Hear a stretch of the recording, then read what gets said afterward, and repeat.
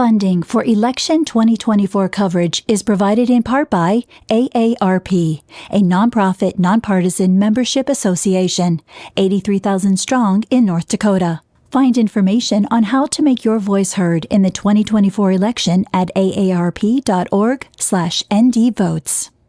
And by the members of Prairie Public.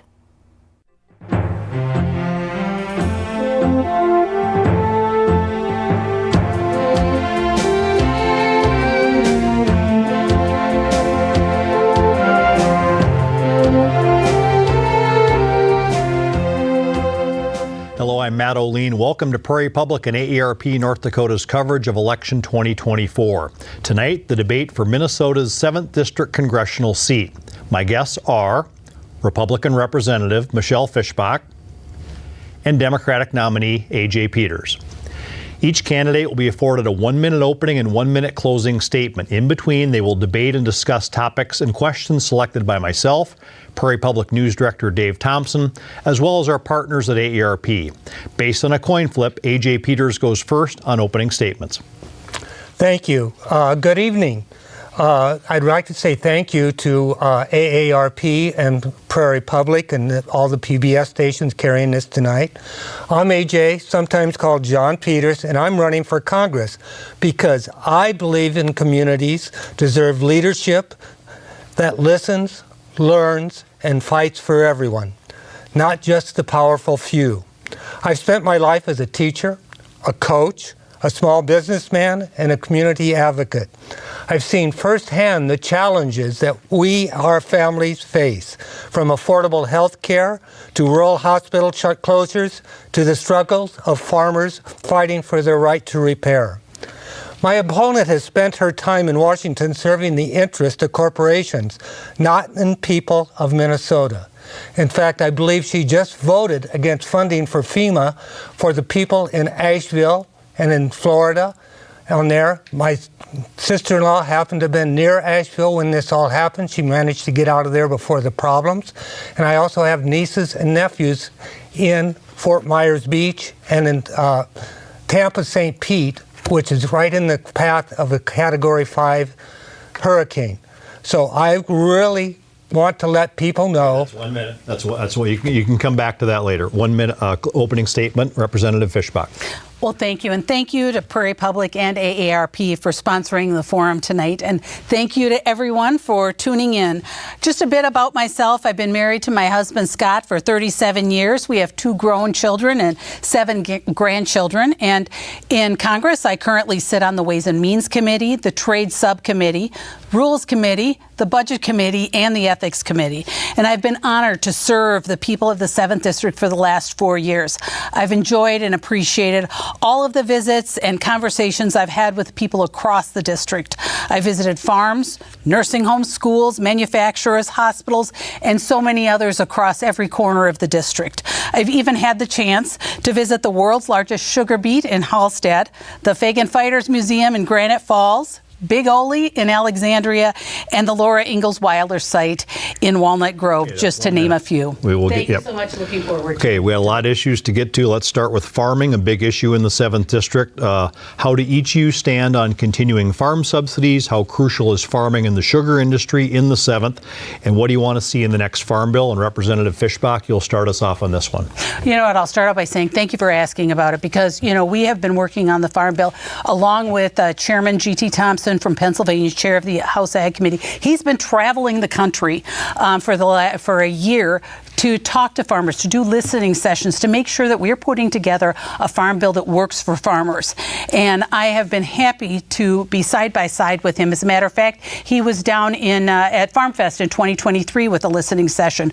And I think that's an important part of putting the farm bill together. I feel very strongly that we've put together a good farm bill, and it actually passed out of the House Agriculture Committee on a bipartisan vote. I have 2 bills included in the farm bill. I've got one that deals with it, helps strengthen crop insurance, and I've got another that would actually change some regulations in order to bring more capital to rural areas for bigger projects. And so I'm very happy with the Farm Bill. I think that it does what it needs to do. I think that we absolutely have to protect that sugar program, and it does in this bill. And so I will continue to work to make sure that we have that strong Farm Bill and get it across the finish line. And if I can say one more thing, what we need to do is have the Senate Democrats get a Farm Bill introduced and get to the table to negotiate this so we can pass it during lame duck. Okay, A.J. Peters, response. Well, yeah, the Representative Fischbach and the GOP-led House has not even voted on the floor for their Farm Bill, and they're blaming all of the Democrats for the problems that they're seeing after they've put in 2 or 3 different things that they know are a non-starter. I'll take a page from Colin Peterson's playbook focusing on bipartisan issues. There are some things in there that the Democrats absolutely need. They need the SNAP program so we can feed kids, and we need to make sure that the nutrition problems are fixed. Also, the fact that the Farm Bill has, I believe it's called base acre inequalities for the pay on there, where it helps the southern farmers much more than it does Minnesota. I believe that peanuts get roughly 37 times more than corn does on that. And we need to make sure that we do have this. We agree that we need the better farm insurance. We agree that our disaster insurance, and we need to make sure that the subsidies are there for all of our farmers, the small and large. Representative Fischbach, do you want to respond again? You know, I would just like to say that the SNAP program is included in the Farm Bill. What we've done in the Farm Bill is put in some reforms, and one of those reforms is so that increases in the program, now not cost of living, not inflationary, but actual increases in the program would have to come through Congress, which makes perfect sense to me, because we should be looking at those things. We represent the people. We should be voting on whether or not we spend more money. And so but it is contained in this bill, and like I said before, this was a bipartisan bill. This came out of the House committees, the House Agriculture Committee, on a bipartisan vote. The Senate Democrats have not even introduced a Farm Bill. Okay, last word on this, A.J. Peters. Then we'll move on. I'd just like to say that SNAP is very important. We need to also negotiate the southern versus the northern crop insurance, crop acreage pays on there, and we need to make sure that we have the subsidies for the farmers and the emergency, given all the things that have been happening over the last few years. Okay, let's move on to another topic that affects farmers, and that's tariffs. Certainly talk of this if Donald Trump wins the election. Some would argue the tariffs imposed under his previous administration did hurt American farmers and businesses. I want to hear your thoughts on tariffs and also how best to deal with China on these trade matters that affect Minnesota. A.J. Peters, you start off on this one. Well, we need to make sure that when we do trade deals with China, that they are working for the American farmers. We as Democrats have failed on that in the last few times, going along with the Republican view of doing the big businesses and farming it out to other countries. Now, when it comes to tariffs, I believe that we lost a large percentage of our crops to Brazil when the system did not work for us. When the tariffs, they did negative things. They took stuff away. We've lost a lot of crops to Brazil. And also when it comes to tariffs, 200% on cars, maybe not. But if we look at 20 to 60% for the other things, it's going to raise the cost, it's going to raise inflation, and it's going to hurt not only the farmers, but almost every person in the United States. Representative Fischbach, response? Thank you. And I just wanted to point out that, China is not our friend. And one of the things that we need to be doing, and I sit on the trade subcommittee, and what we really need to be doing is looking for new markets, opening new markets, and making sure that we have alternatives and where to sell our products. So that's one thing that we absolutely need to be doing as we deal with China. We also need to make sure that we are able to produce, and our products are here through incentives, and also reducing burdensome regulations that make us uncompetitive. So we need to do some things here to make sure that we are dealing with issues with China and bringing more things back onto our soil. But I'm not opposed to putting tariffs on China. but we need to be very, very careful. When we look at those, we need to make sure the effects aren't going to hurt our farmers. Because I think what Trump was trying to do with those tariffs is really he was trying to spur the U.S. economy and bring things back here, because he also paired them with the 2017 tax cuts. And so I think that we obviously need to be very careful with China and very careful when we are looking at tariffs in order not to hurt our farmers. A.J. Peters, do you want to respond? Well, when we start looking at our trade deals, we need to go to Indonesia. We need to make sure we go to the Central American states. I agree with you on that things. We need to broaden our exports and our imports, to be completely honest. One of the things that caused a lot of problems was the fact that we had shipping containers not coming to this country and not opening them because we had the supply chain that was broken. This caused a lot of the inflation that we're looking at today, and we need to make sure that all of this gets done in a way that does not hurt us. And I don't believe, until we have the infrastructure for building this stuff, that the tariffs will do nothing but hurt us. Okay, last word on this one, Representative Fischbach. You know, and I'll say on the trade subcommittee, we are working on opening other markets. We've taken trips to Central America in order to create those relationships. One of the downfalls is that the Biden administration has not done what it needs to do on trade. And so we've taken that upon ourselves to try to open up those markets, because it's so important that we make sure we are doing those things. All right, let's move to immigration. With the controversies surrounding immigration in rural communities like Springfield, Ohio, how do each of you address the concerns over xenophobia, along with the need for workers, especially in Minnesota, with also the concerns over strained resources in communities caused by immigration? Representative Fischbach, you'll start on this one. You know, one of the things that I'd just like to make sure that we understand the difference between is we have immigration and then we have illegal immigration.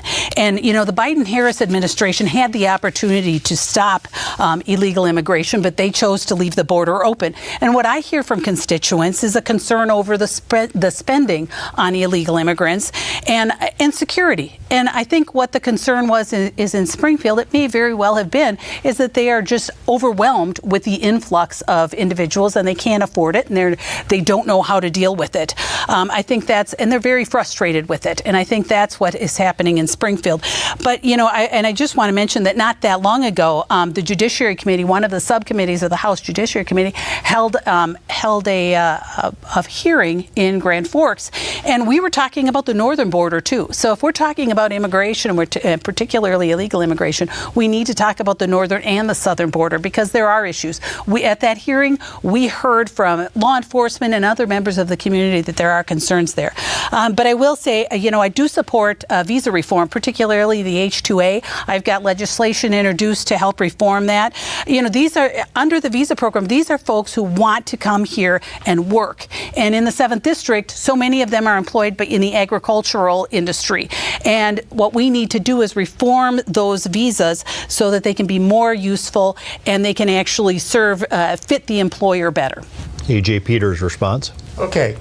Immigration is about people in distress seeking a better life. It is also about the survival of our communities. Without immigrants, Long Prairie would be forced to shut down 2 meat plants, a pasta plant, a liquid egg plant, and many of our dairies. My wife, who is a registered nurse, often must do nursing assistant jobs because they do not have enough workers to do this. We can address this by safely and efficiently processing immigrants on the border. Yet you, Mr. Representative Fischbach, voted against bipartisan bill that would provided more border agents and processing staff to handle this secure and humane way. We need real solutions, and we also need to make sure, by the way, the reason they voted against it was because it contained aid to Ukraine. And I personally feel that working with Ukraine is better than working with a known murderer and dictator. Representative Fischbach, response. I guess I just am wondering if he's talking about the fake Senate border bill that they had, because we never voted on it in the House. It was never voted on the floor, so I never voted on the Senate fake border bill. I misspoke. Sorry. Okay. But that did contain over 70% of the money, 70% of the $118 billion went to overseas aid. It wasn't a real border bill. Actually, I'll talk about H.R. 2, which was the bill that the Republican House passed, would have really strengthened the issues at the border. It provided more money for more agents. It provided for the technology that they needed. It closed down the border, and I think that bill, the Senate never took it up. They never bothered to take it up, even though that was a stronger bill and passed the House long before the Senate fake border bill. But I also would like to add, that is why, when we're talking about immigration, that is why very clearly when I started my answer, I said we need to distinguish between legal immigration and illegal immigration. And I think we are being overwhelmed with the illegal immigration. Okay, last word on this topic, A.J. Peters. Well, I would just like to address a few lies I've heard, not necessarily from you, Representative Fischbach, about one, the drugs are coming across the border through the illegal immigrants or through the non-documented immigrants. That's a lie. 90% of the drugs come from U.S. citizens in their trucks and in the cargo containers. The second thing I've heard is that guns are coming across the border. That's completely opposite, because we make the guns, we send them to Mexico, they're not coming there. A mule, the cartels know better than to use an unprofessional mule to move their drugs into the United States. So I'm going to call those are lies that we need to address as we are looking at these bills. All right, let's move to the economy and inflation, one of the key issues in the presidential race and nationally. Some would argue excessive government spending has led to inflation problems, but yet Minnesota, of course, is a key beneficiary of government spending as well, as many states are. How do you reconcile these two issues, and how, as congressman and congresswoman, would each of you work to get inflation under control? A.J. Peters, you start this time. Okay, inflation has hurt all of us. 2 years ago, I paid $6 for a dozen eggs. 2 days ago, I went to Coburn's and spent $2 for those eggs. 2 years ago, I spent $4.50 for gas. Yesterday, I spent $2.94 for gas. And that, by the way, it went up 25 cents today, I believe, because of the Israel-Iran work in here. But we'll never go back to pre-COVID prices. But we have successfully slowed it down. While inflation is improving, Republicans are imposing the tariffs that will raise our inflations in there. The Senate skyrocketing. We cannot burden our family with higher costs. I believe that the infrastructure bill actually helped reduce inflation in this country because it's given us the jobs. The lower income people have been able to buy more. Now it's quick. It's really quite simple. Lower income people spend more money, higher income people save more money. Now, one of the things that we need to do is get more infrastructure act like we did before, which Representative Fischbach voted against, plus the fact that we just look in the 1950s, Eisenhower created the interstates. The interstate brought prosperity and economic boom to our country. We need to do the same thing with internet and all the other items that we need to work with to get things done in this country and to make sure things are affordable because we have a good supply chain. Representative Fischbach, response. Thank you very much. And out of control government spending has led to out-of-control inflation. You know, Vice President Harris bragged that inflation was down to 3%, and let's remember that it was 1.4% when Trump left office. The Biden-Harris administration has failed on every measure in helping the economy. You know, families are struggling. Grocery costs are up.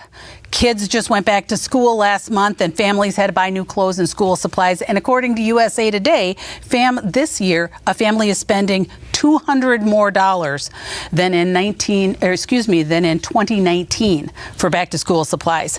You know, we need to get a handle on spending. Obviously, there's a $35 billion or trillion dollar, debt that we're facing. And, you know, as I sit on the budget committee, we are trying to grapple with those issues. And we actually put together a resolution that would have balanced the budget in 10 years to show people how we can do it and how we can make sure that we are getting that government spending under control. And, you know, the so-called Inflation Reduction Act in 2022 did nothing to curb inflation for families and for individuals, but it spent billions of dollars on Green New Deal programs. programs. What we really do, what we need to do is we need to do the hard work. We need to cut spending. We need to look at programs, examine programs, look at the result we're getting from those programs. Is there a private market alternative that we can use? It's a big job, and we have to get serious about cutting and never forget that government is spending taxpayer dollars. A.J. Peters' response. Well, just the fact that when Trump left office, inflation was down because nobody was buying anything because we had to stay home. And that was because of the failures of the Trump administrations to handle the COVID epidemic, which kind of got in control. COVID changed our supply chain. COVID worked against the nation's interest on there. We needed to work on our supply chain. A lot of our problems found out when we were doing just-in-time shipping from China on there, that it was causing us major problems, raising the prices of everything on there. By the way, Ronald Reagan happened to say that the national debt has nothing to do with our economy on there, but also the fact that as we are working in here, we need to make sure that we get goods to people, that we handle the supply and demand part of the things, which is the key to capitalism. Thank you. Last word on this, Representative Fischbach. I will just say I wanted to add that, we also need to be looking at those 2017 tax cuts because those really did help grow the economy, and so they expire next year, and so we are looking at those, and we need to make sure that we keep those in place to keep people's taxes in place and not increase. All right, our next question comes from our co-sponsor, AARP. The Social Security Trust Fund is expected to see a shortfall in 10 years. If Congress doesn't act, millions of Americans who are counting on Social Security will see cuts to the money they've earned. Do you see a path for Congress to work on a bipartisan solution to protect Social Security for those who have earned it? Representative Fischbach, you start this time. Protecting the solvency of the Social Security Trust Fund is absolutely critical. And it is another thing that we are looking at in the Budget Committee. I have been in many meetings where we're examining the entire program and looking at the solutions and how we can effectively make changes if we need to while protecting those people who are receiving Social Security.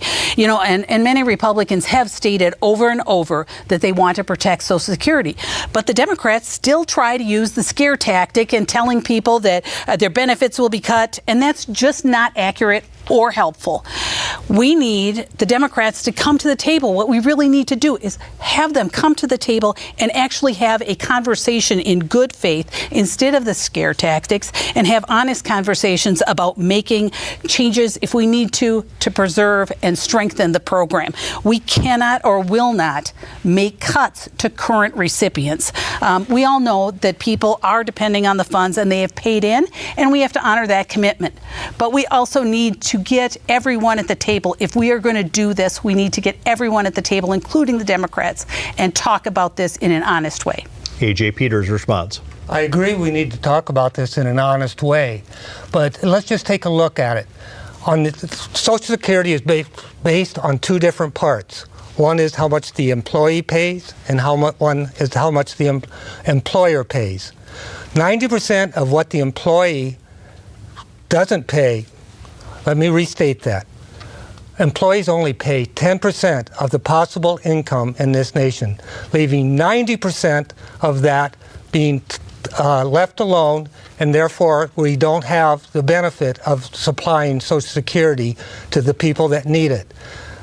I believe that we should cap the employer part, but not cap the employee parts, which should go on to the forever. Just remove the cap. We should not raise the age for Social Security because a lot of the people that depend upon this had jobs in which they have worked their lives. Their knees are bad, their backs are bad. They can no longer do these jobs. So therefore, we need to make sure that those people are protected, as well as the people like me that sat on our rear end while we were working. Representative Fischbach, do you want to respond? I will just say I welcome the conversation because we do have to have an honest conversation, and the Democrats need to come to the table and stop the scare tactics because we are not going to cut benefits to current recipients. A.J. Peters, last word on this one. The key word there was current recipients on there. We need to make sure that it is there for all the recipients for as long as we can go. The numbers that I ran, if we do what I just proposed, it'll actually be fully funded until 2006. All right, one more question from our partners at AARP. 48 million Americans help their loved ones each day to remain independent and in their homes and communities. These family caregivers sacrifice time and money and provide $600 billion annually in unpaid support. How would you help family caregivers? A.J. Peters, you start this time. Okay, that is a tough one. I will admit on that. Unpaid caregivers. What we need to do is, one, they want to stay at home. If they want to stay at home, we need to make sure that we have supply people that will help the unpaid caregivers. We need to give them tax breaks. We need to work on there. People need to get out of the home. I know that because what has happened in my family where my daughter-in-law had to stay with her mother and had to stay home, losing the income on there. We also need to make sure that we have safe places for our seniors to move if they need daily care, where the caregivers can visit, and we need to work where the caregiver can supply help where needed, but we need to make sure that we have a safe place to live that people can afford without giving up their houses. Representative Fischbach, response? Thank you. You know, family caregivers work so hard to provide care for their loved ones, and increasing support for the caregivers and making sure that we have elder care and resources available in rural Minnesota is a priority of mine. The longer we keep seniors in their home, it's better for them and it saves money. You know, one possible way to recognize and understand the work that those family members are doing is tax credits, but also making sure that we have respite care and the kind of support that they need in all areas, including rural areas. You know, but making sure that we have nursing homes and assisted living nearby, so when someone does need to go into that kind of care, they can stay close to their family and friends and their home. You know, it is important, and very recently, and a difficult issue that we had to face was the Biden administration and the nursing home staffing mandates. You know, I've been working to make sure that we stop the mandates in DC, and as a matter of fact, I even reached out to the department and tried to get them to sit down with stakeholders, particularly rural nursing homes, before they issued the new regulations, and they wouldn't even do that. And we just don't need this regulation from DC. People who don't understand what the real issue is, that we're facing workforce shortages and imposing these mandates on these nursing homes. We've already lost one nursing home in the district, and 30 people had to find new homes. 30 families had to find new homes for the elderly. And so we need to make sure that we are making sure that those are available too, and stopping the overregulation from DC would do that. I have legislation that would correct it, and I understand there's also a lawsuit, but we have to make sure that we have the continuum of care, and those home caregivers, those family caregivers are very important to that. And if we need to, you know, if we can look at things like tax credits, that would be wonderful. A.J. Peters, do you want to have one more response? My wife is a nurse manager at a nursing home on there. And what the thing is, if we stop the mandates, that means there's going to be less care and fewer people helping the senior citizens on there. We need to make sure that we have enough workers, which we don't, to do all of this work on there. The first person that dies because of maltreatment will fall on the face of the people that want to get rid of mandates on there. We need to make sure that we have enough people that are staffed, that they're paid well enough, and that we fund the nursing homes so they can do what is needed. Last word on this, Representative Fischbach. Well, I think one of the important parts is you know, we've seen studies that necessarily those mandates aren't going to point to better care, and that we need to make sure that our nursing homes are available in rural areas. And like I said, we've already lost one, and I want to make sure that we do have those nursing homes available to our family members when we get to that point.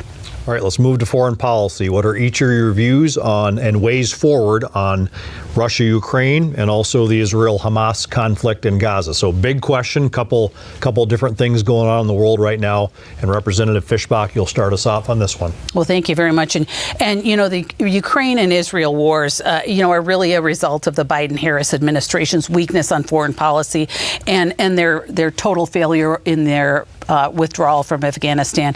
We also need to take a look at China continues to ratchet up aggression in the Indo-Pacific against both the Philippines and Taiwan. As we look at Israel, it was just a year ago now that they were attacked by terrorists. Families, men, women, children were brutally murdered, and they still actually have hostages, and some of them American. Israel needs to be allowed to defend themselves. They should be able to defend themselves. And Israel is our ally in the Middle East, and these terrorists are not going to stop there. If you recall, they were a chance of death to America. We have provided $14 billion. That was done in April, and the Department of Defense has done they've allocated an additional $8 billion. And just as a side note, the rise of anti-Semitism is unacceptable. It is unacceptable. And these so-called protests, particularly at college campuses, should not be tolerated.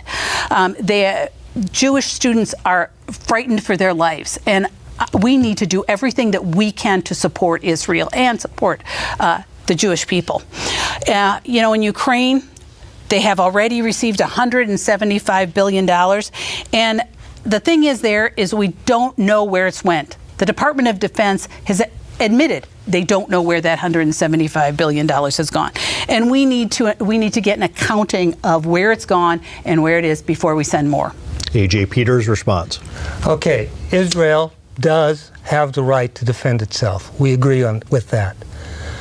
But we need to make sure that the people of Gaza get humanitarian aid. The people of Israel need to be protected. The people of Gaza need that. There are bad people on both sides of this fight on there. It's simple. The fact that Iran's getting into this, we need to have a two-state solution that Iran agrees to and Israel agrees to, Hezbollah agrees to, and Hamas agrees to on there. Now, as far as weakness on the Biden-Harris, I believe it shows strength that we protect our friends rather than giving aid to our enemies on there. Where money goes in a war, we've never known that in any war. We don't know exactly because things are chaotic in war. That's what we need to worry about. We do not want Russia taking first Ukraine, then taking Poland, then taking Yugoslavia, then I don't know if it's Yugoslavia anymore, then taking Finland and Sweden. We do not need to do that. Showing strength shows that we're on there. And by the way, President Trump released the Afghan guys that became the Taliban that became the heads of the government there and caused that type of problem. So the problem is not just one-sided there. It is two-sided. Both sides of us screwed up in Afghanistan. Representative Fischbach, response. I will just sum up by saying we need to make sure that we are strong on the international front. And I think that the Biden-Harris administration has shown weakness, and that is why we are where we are. And last word, A.J. Peters. Well, we're going to disagree on whether we've shown weakness in there. I do believe that the way Israel worked in Gaza, we are now creating more terrorists than they had before. Because when you kill your father, when you kill your brothers, you kill your sisters, you hate people. Unmitigated attacks do cause hate. We need to get rid of Hamas, we need to get rid of Hezbollah, but I think they went about it the wrong way. All right, let's move to education. Question about Minnesota's public schools. Teachers are leaving, retiring, quitting the profession. Some buildings are aging. Funding is always an issue. What are each of your views and solutions on funding for public schools and retaining teachers? A.J. Peters, you start off on this one. Well, we're having a big hullabaloo in Long Prairie with the superintendent and the school board. I'm not going to get into that. But one of the things is, yes, we do not have enough funding for our schools on there. The state has still not fully paid back the funding that they borrowed from the schools during the Plenty administration, and that hurts. Plus the fact, ever since we have gone to this We can't have the government giving money. We need to give money with no strings to let the school boards, to let the teachers, to let the professionals work to do all this type of stuff in here. Especially need it here in rural Minnesota. I know the Edina is a great school, but here in Long Prairie, which is 60% Hispanic in the schools, they are ranked 4th in their school sizes on there for outcomes in there. And that's the type of things. When the teachers and the staff and the school board work together, we can make sure that the schools are well funded, and we can make sure that we have positive outcomes. Representative Fischbach, response. Teachers and educators are important to our communities. And, I do believe that the Minnesota legislature did do a large increase in education funding last year. But I'm leery of regulating education at a federal level. As we've talked, it's about state funding. We have elected local school boards and elected by their community. School boards should not be told by the federal government, by unelected bureaucrats in D.C., what they should be doing. And the federal mandates on education, particularly the unfunded mandates, need to be stopped. And we need to make sure that we're handling education at the state and local level where it belongs. Those folks are close to what the needs and the resources are, and they will be able to determine how to best educate the children in their area. A.J. Peters, do you want another response on this? Well, the only thing is, I do believe the federal government can give money to the states and can give money to the schools and have local representation without too many strings on it. We just need to have the will to do that, and that's how we make sure that we get the school systems working correctly. And final word on this, Representative Fischbach. Well, and that's a possibility to consider block grants to states regarding, for education. But I am really very concerned about the overregulation and the mandates and those kinds of things coming down from federal level, from unelected D.C. bureaucrats to school boards that are elected by their communities to represent them.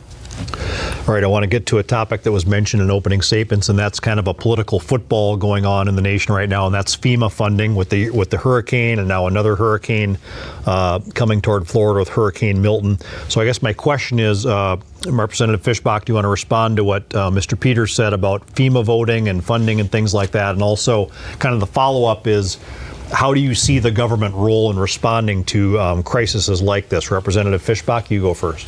The FEMA vote was mentioned, and actually, to be more accurate and to actually tell the entire story instead of picking out that one thing, this was on the continuing resolution vote that we took just before we left for October. So it was part of the continuing resolution.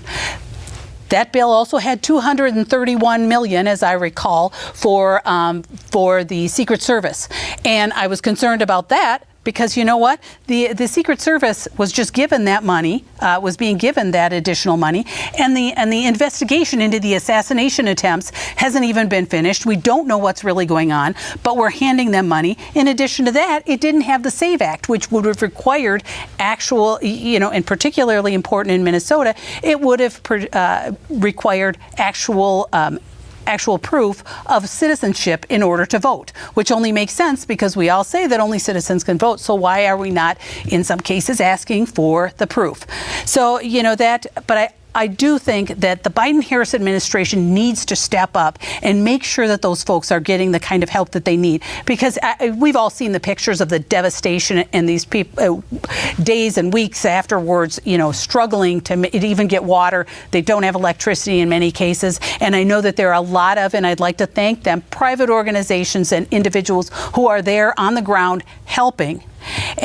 But we need to make sure that FEMA steps up, that the Biden-Harris administration steps up and does what they need to do. We had a disaster of our own. We had flooding in southern Minnesota, and we were able to work with FEMA and get centers set up for people to get, obviously a smaller scale, but set up those centers and make sure that people had the connections and got the help they needed. A.J. Peters, response. Yeah.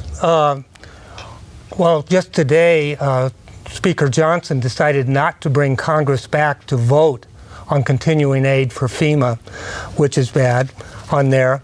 And as far as the SAFE Act is concerned, the SAFE Act, if I were not registered to vote, I would have trouble based on that act right now because my birth certificate says I'm Alvin John Peters Jr.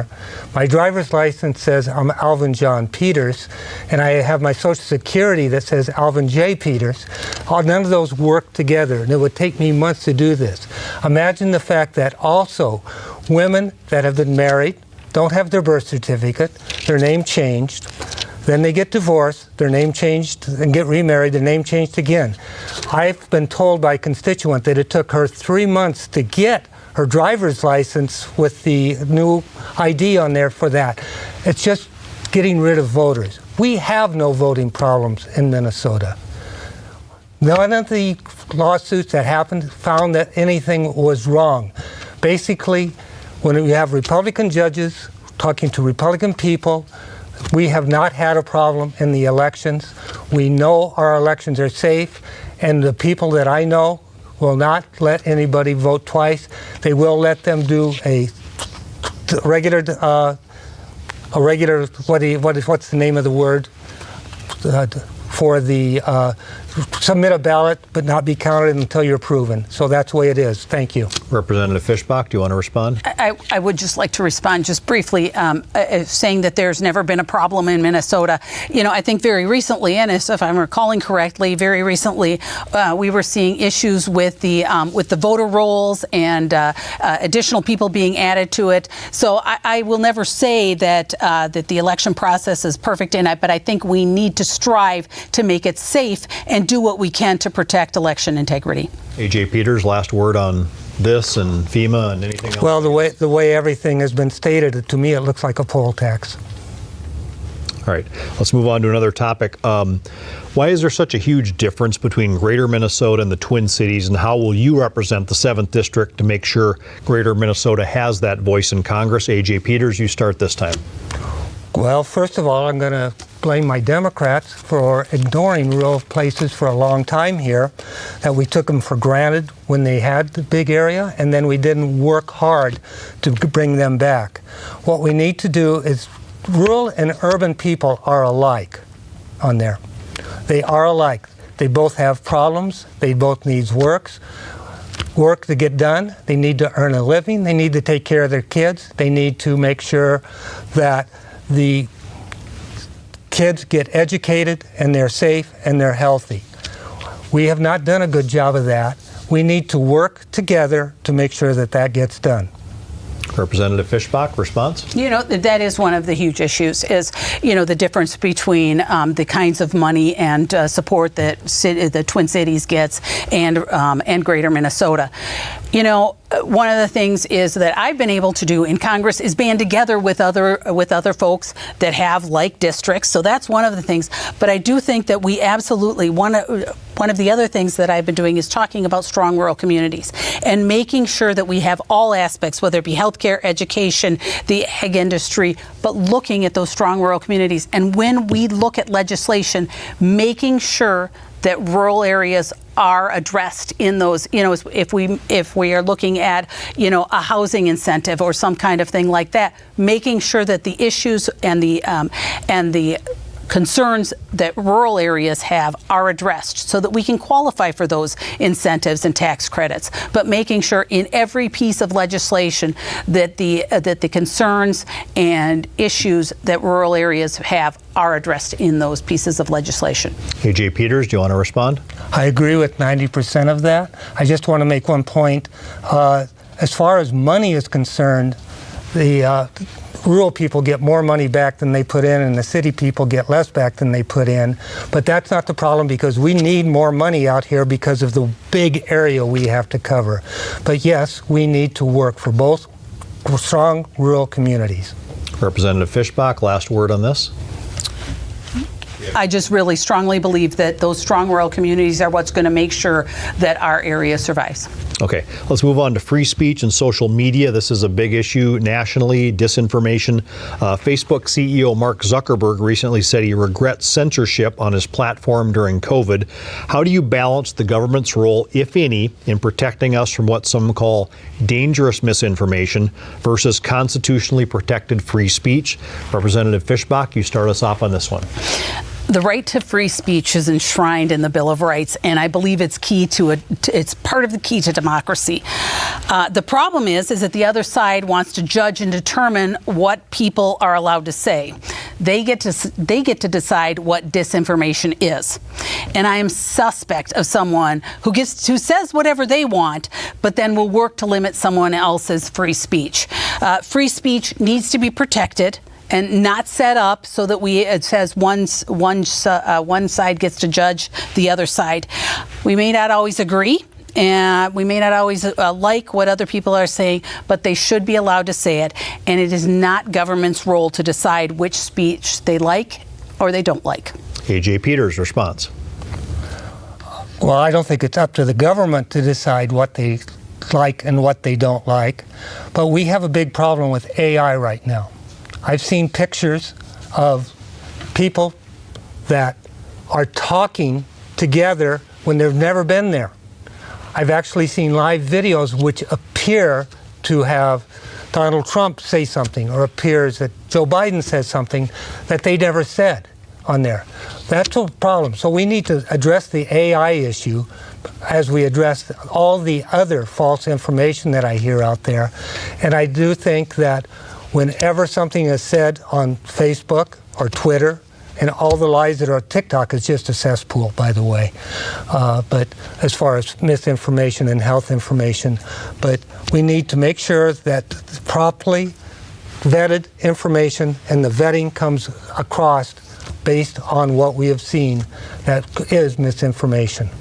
Representative Fischbach, response. Well, and I would agree that AI needs to be addressed. You know, that is something that we are discussing, but it's a rather large topic and a new topic. And so we need to make sure that if we are going to take a look at how it's going to be limited, how it's going to be controlled or regulated, we need to take our time and make sure we do it correctly. A.J. Peters, last word on this one. Well, having worked in AI for several years, a little bit, just on the fringes, it is a tough problem to solve. We need to make sure that the people that make AI have all the stuff built in to say that it is AI, that we know that it's AI, and that means we have to work with the scientists that can create the programs that determines whether it's AI or not. All right, I want to get to another key topic, that's abortion. Since the overturning of Roe v. Wade, it's essentially back in the hands of states and voters in states. I know both of you share different views on this. I want to hear them. So tell me, what state or federal guidelines would you both favor regarding this controversial issue? A.J. Peters, you start us off on this one. Well, I believe that abortion is a right for the mother and the doctor, for all health care is decided on there. We have found out that I believe both of us want to reduce abortions. Making it illegal has not shown that abortions have been reduced. What has shown to reduce the number of abortions is education of the parents and the teenagers, providing contraceptives when needed, and working together to handle the family when they're training to do all this type of stuff. When Colorado did it, they reduced teen pregnancies by 40% and abortions by 35%. I have not seen where Texas and Georgia have done that other than to put the mother's life at risk. A miscarriage basically is a DNC thing to handle. You do not know whether that is an abortion or a miscarriage. It's putting the doctors at risk, it's putting the mothers at risk at a time when they are having their hearts broken by losing their child. Representative Fischbach, response. Democrats have taken abortion to the extreme. They allow for abortion in the 9th month at any time during the pregnancy, no waiting period, no parental involvement. And even in Minnesota last session, they changed the law in Minnesota to stop medical care for a baby who survived an abortion attempt. You know, most Americans, according to polls, do support some kind of limitations on abortion.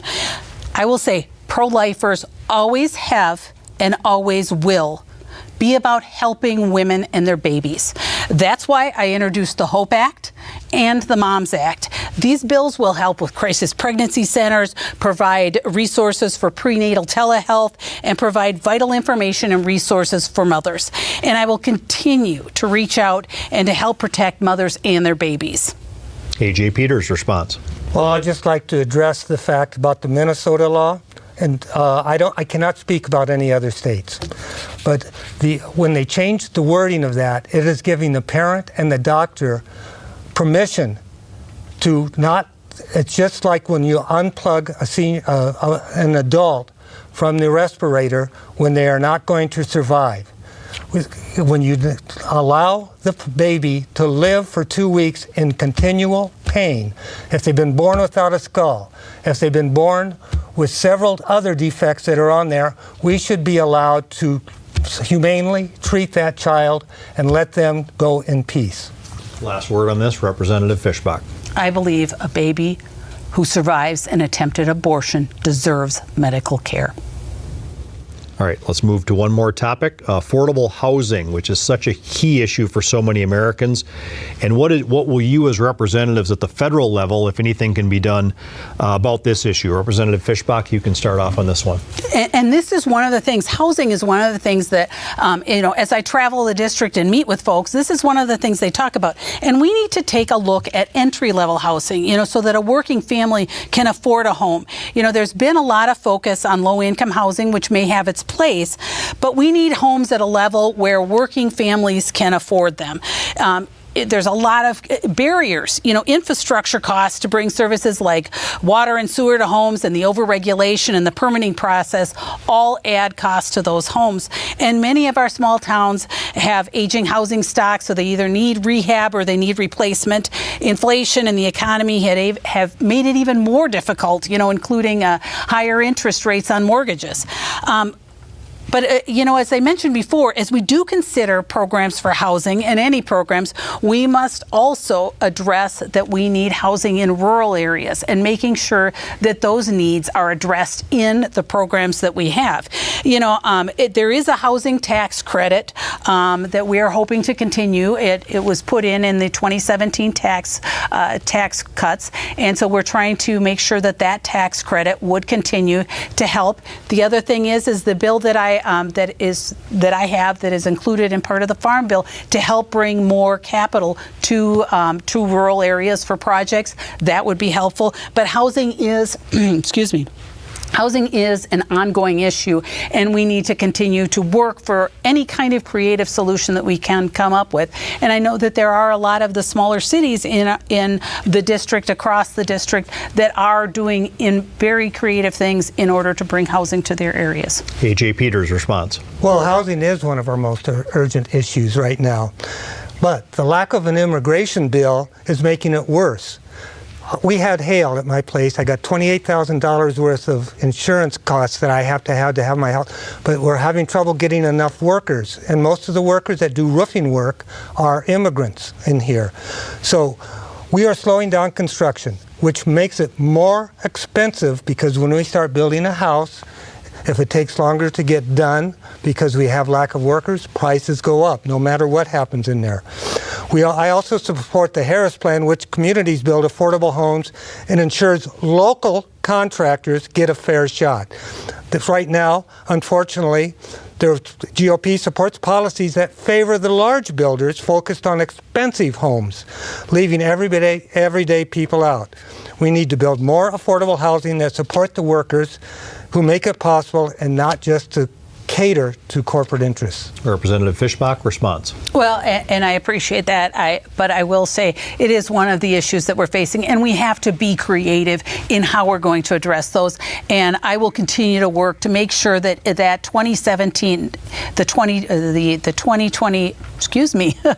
2017 tax cuts are continued, so that we can continue to look at creating entry-level housing and workforce housing for people. And last response, A.J. Peters, 30 seconds response, then we get to closing statements. Well, really, I don't have any response to that. We just basically agree that something needs to be done, and we need to work together to make sure things get done the way they should be. All right, we're out of time. It's been a great hour of debate. We need to move to closing statements. Representative Fischbach, you'll go first on closing statements. 1 minute. Well, thank you very much, and thank you again to the sponsors and to everyone who tuned in tonight. We've talked about a variety of issues tonight, but I do want to leave you with a few thoughts.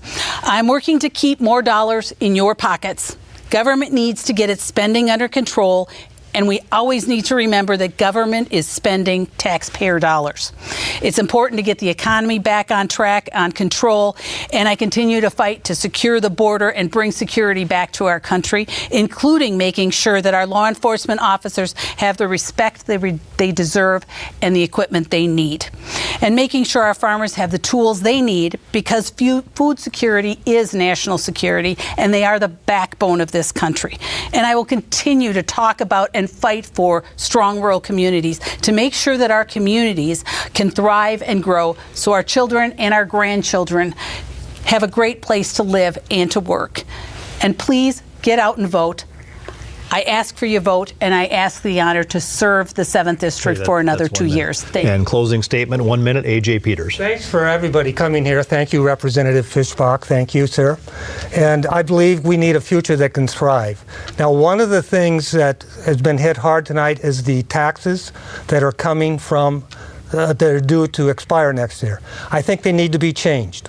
I think we need to give more tax to people earning less than $4,000, more tax breaks to people earning less than $400,000, and gradually increase the taxes as it goes higher. We got to make sure that we have enough IRS agents to make sure that the corporations and the billionaires are paying their fair share. That's the only way we can reduce the debt. Now, it's who we trust to stand up for us. And I promise to stand up for the everyday working people, the union workers, the farmers, the laborers, all of these people, the families. That's who I am. And I would like to thank you again. Thank you for this, and I'm looking for your vote. And we are out of time. My thanks again to my guests, Republican Representative Michelle Fischbach and Democratic nominee A.J. Peters. We are out of time. As they mentioned, Election Day is November 5th. Early voting is underway, so get out and vote. And thank you for tuning in to Prairie Public and AARP North Dakota's coverage of Election 2024. I'm Matt O'Lean. Good night.